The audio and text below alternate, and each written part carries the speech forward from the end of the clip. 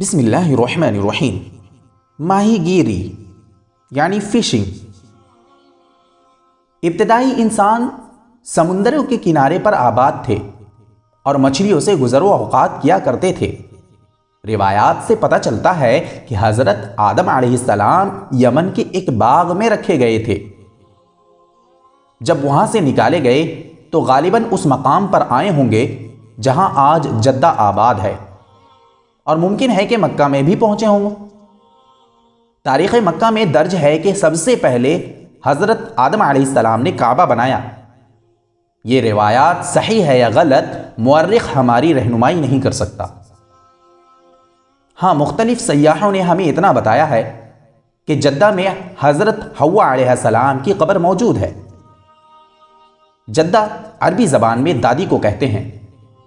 چونکہ یہاں نوع انسان کی دادی کی قبر تھی، اس لیے یہ مقام جدہ کے نام سے مشہور ہو گیا۔ علماء نوع انسانی کا خیال ہے کہ حضرت آدم علیہ السلام بھی عموماً مچھلیوں پر گزر و اوقات کرتے ہوں گے۔ ابتدا میں لوگ تیر و کمان سے مچھلی کا شکار کرتے تھے، اس کے بعد جال اور پھر کانٹا ایجاد ہوا۔ اہل روما و یونان مچھلیوں کو برسوں محفوظ رکھنے کا طریقہ جانتے تھے اور دور دراز ممالک کے ساتھ تجارت کیا کرتے تھے۔ رفتہ رفتہ انگلستان نے ماہی گیری میں شہرت حاصل کی۔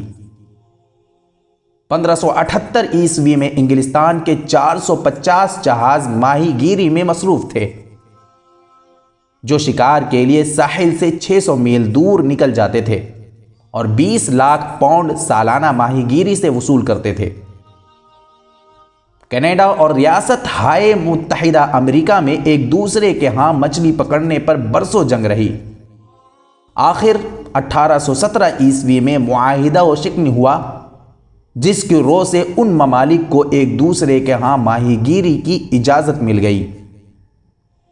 چونکہ کینیڈا کی مچھلی زیادہ اچھی ہوتی ہے، اس لیے پھر لڑائی چھڑ گئی، اور 1877 عیسوی میں برطانیہ نے امریکہ سے 55 کروڑ 50 لاکھ پاؤنڈ لے کر کینیڈا کے پانی میں صید ماہی کی رعایت دے دی۔ لیکن 1898 عیسوی میں پھر کسی امر پر اختلاف ہو گیا اور امریکہ اس رعایت سے محروم کر دیا گیا۔ ماہی گیری نے برطانوی بیڑے کو دنیا کا عظیم ترین بیڑا بنا دیا۔ یہ ملاح چھوٹی چھوٹی کشتیوں کے ساتھ سمندر کی مہم موجود میں شکار کھیلتے ہیں۔ یہ اوقیانوس کے چپے چپے سے واقف ہے، انہیں پتہ ہے کہ چٹانیں کہاں ہیں اور دیگر خطرناک مقامات کس طرف ہے۔ اور آج یہی لوگ برطانوی بیڑے میں ملاحی کے فرائض سر انجام دے رہے ہیں۔ مختلف ممالک میں ماہی گیروں کا تناسب: انگلستان ہر 112 آدمیوں میں سے ایک ماہی گیر ہے۔ آئرلینڈ ہر 200 آدمیوں میں سے ایک ماہی گیر ہے۔ اسکاٹ لینڈ ہر 76 آدمیوں میں سے ایک ماہی گیر ہے۔ ناروے ہر 16 آدمیوں میں سے ایک ماہی گیر ہے۔ جاپان ماہی گیری میں بہت بڑھا ہوا ہے۔ یہاں ہر سال 1 کروڑ 80 لاکھ پاؤنڈ کی مچھلی پکڑی جاتی ہے۔ چند دیگر ممالک کے اعداد یہ ہے: امریکہ 1 crore 70 lakh pound, France 1 crore 75 lakh pound, انگلستان 1 کروڑ 50 لاکھ پاؤنڈ۔ دنیا میں ہر سال 20 کروڑ پاؤنڈ کی مچھلی پکڑی جاتی ہے۔ اگر 1 پاؤنڈ کی قیمت 15 روپے ہو تو یہ رقم 3 ارب روپیہ بنتی ہے، جو مرکزی حکومت ہند کے سالانہ محاصل سے دو چند ہے۔ صید ماہی گیری کے لیے جو کشتیاں استعمال ہوتی ہے ان کو ٹرالر کہا جاتا ہے، اور ان کے ساتھ 130 فٹ لمبے، 100 فٹ چوڑے اور 25 فٹ گہرے ہال ہوتے ہیں۔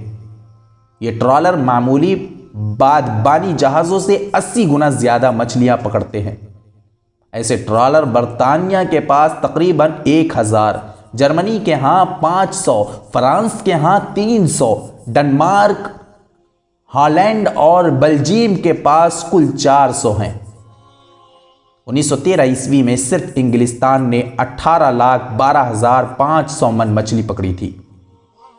یہاں شاید یہ عرض کر دینا بیجا نہ ہوگا کہ دنیا میں اسلامی سلطنتوں کا بھی وجود ہے جو تمام کی تمام سمندروں کے ساحل پر واقع ہیں، لیکن ان لوگوں نے کبھی کوئی مچھلی نہیں پکڑی۔ بیچارے کرے کیا، کم بخت پکڑی ہی نہیں جاتی، بھاگ جاتی ہے۔